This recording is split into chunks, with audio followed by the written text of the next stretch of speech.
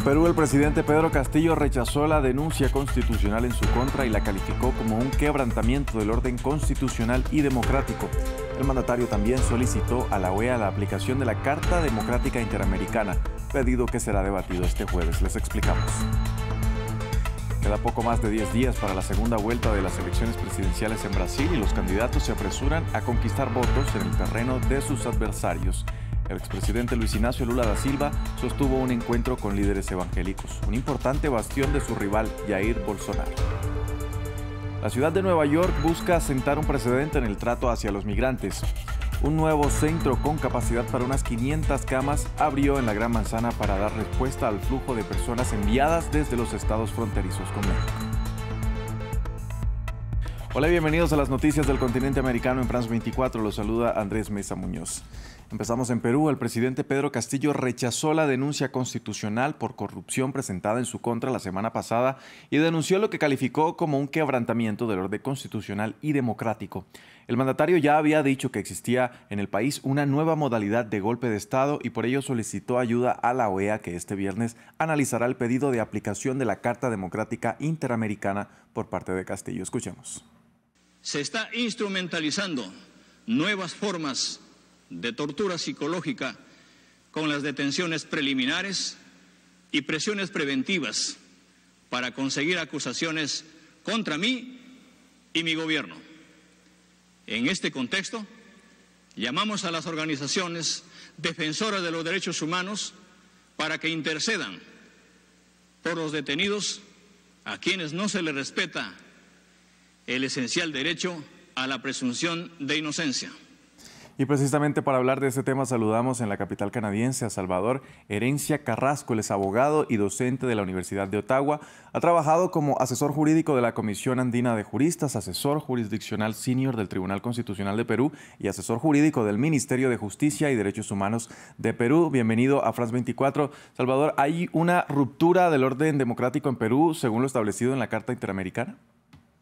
No necesariamente. La Carta Democrática Interamericana tiene una serie de situaciones para ayudar a mantener y preservar la institucionalidad democrática. Lo que ha hecho el gobierno peruano en estos días ha sido solicitar una audiencia por parte del Consejo Permanente frente a lo que se considera son ciertas actuaciones por parte del Congreso y otras autoridades que podrían menoscabar la institucionalidad democrática de acuerdo a los artículos 17 y 18 de la Carta. Ahora, esta carta habla de un principio de no intervención, pero señala que podría solicitar asistencia para preservar la democracia. ¿Qué acciones se podrían tomar? En este caso, las reuniones de los consejos permanentes de la OEA podrían ordenar visitas, podrían ordenar informes, pero a su vez lo más importante es una labor de mediación.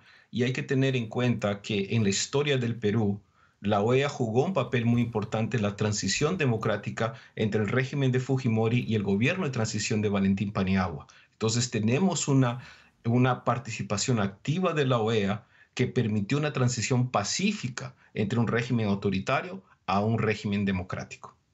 Salvador Herencia Carrasco, abogado y docente de la Universidad de Ottawa, gracias por acompañarnos aquí en France 24. Muchas gracias. Cambiamos de tema, pero seguimos en Perú. Se registraron al menos 21 muertos en Huánuco tras consumir alcohol supuestamente adulterado con metanol, una sustancia tóxica que ya dejó 117 intoxicados y 54 muertos en Lima desde septiembre, motivo por el que las autoridades están rastreando el origen de la intoxicación. Alba Santana nos amplía. En las calles de Huánuco, Perú, se extiende un mal. Decenas de personas han sido encontradas muertas. El motivo, haber consumido un alcohol supuestamente tóxico, conocido como alcohol metílico.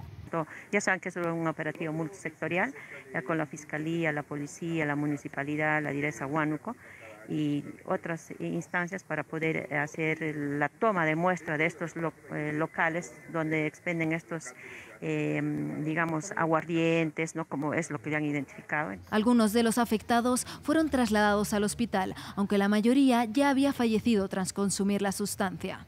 Y es que el metanol es una versión tóxica del alcohol que se usa industrialmente en solventes, pesticidas e incluso como combustible. Su consumo produce síntomas como dolor de cabeza, vómitos, visión borrosa e incluso convulsiones, pudiendo desencadenar en coma y muerte y dejando secuelas como ceguera, con las personas con problemas de alcoholismo como los más afectados hasta el momento.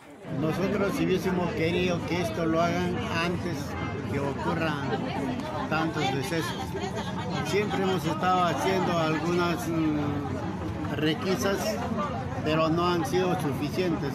Todo esto se produce después de más de 110 intoxicaciones y más de 50 muertes en la capital, Lima, razón por la que las autoridades investigaron y retiraron 2 marcas de alcohol del mercado por contener la sustancia.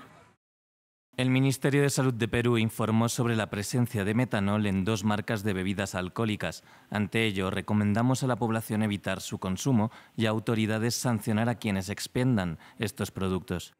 Ahora, las autoridades están rastreando todos los posibles orígenes de las intoxicaciones, con pruebas que podrían tardar semanas en identificar las bebidas causantes. A más de una semana de la segunda ronda electoral en Brasil, Luis Inácio Lula da Silva se acerca a un bastión importante de su rival conservador, el presidente Jair Bolsonaro. Un encuentro con líderes evangélicos sirvió para que Lula despejara varias de las preocupaciones sembradas por Bolsonaro durante la campaña. Eomar Esada nos cuenta más en el siguiente informe. Un guiño en el terreno donde es más fuerte su competidor. En la recta final del proceso electoral de Brasil, Luis Inácio Lula da Silva intenta el acercamiento a los evangélicos, el colectivo de votantes donde es más fuerte su rival. En una carta abierta se compromete a respetar la libertad de culto, expresa su admiración por la obra social de la Iglesia Evangélica y da la bienvenida a esta comunidad religiosa en su gobierno de resultar electo.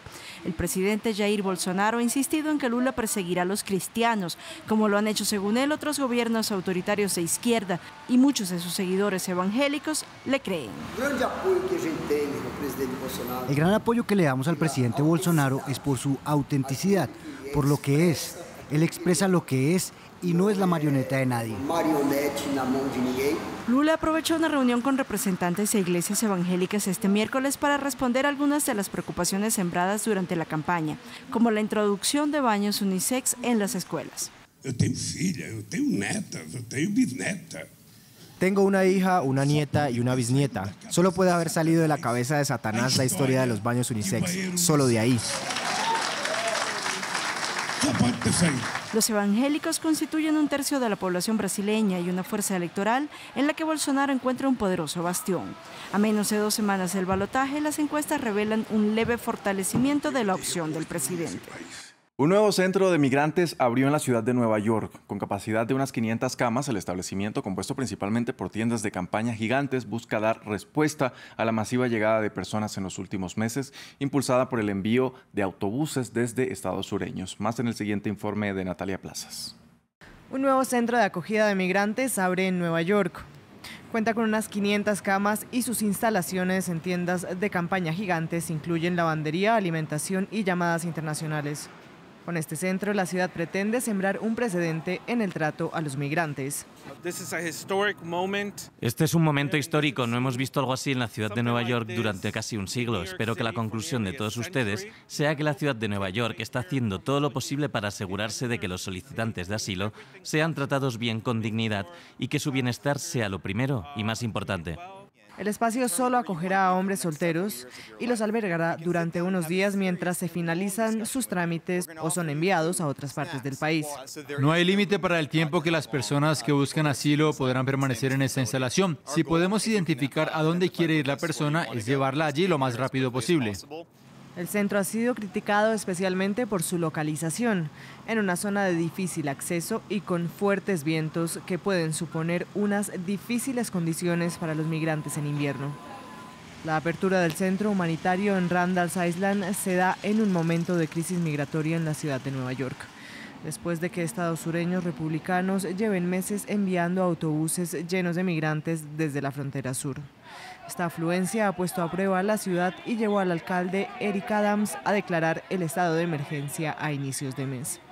Hasta aquí este informativo en France 24. Gracias por acompañarnos. Continúen con toda nuestra programación.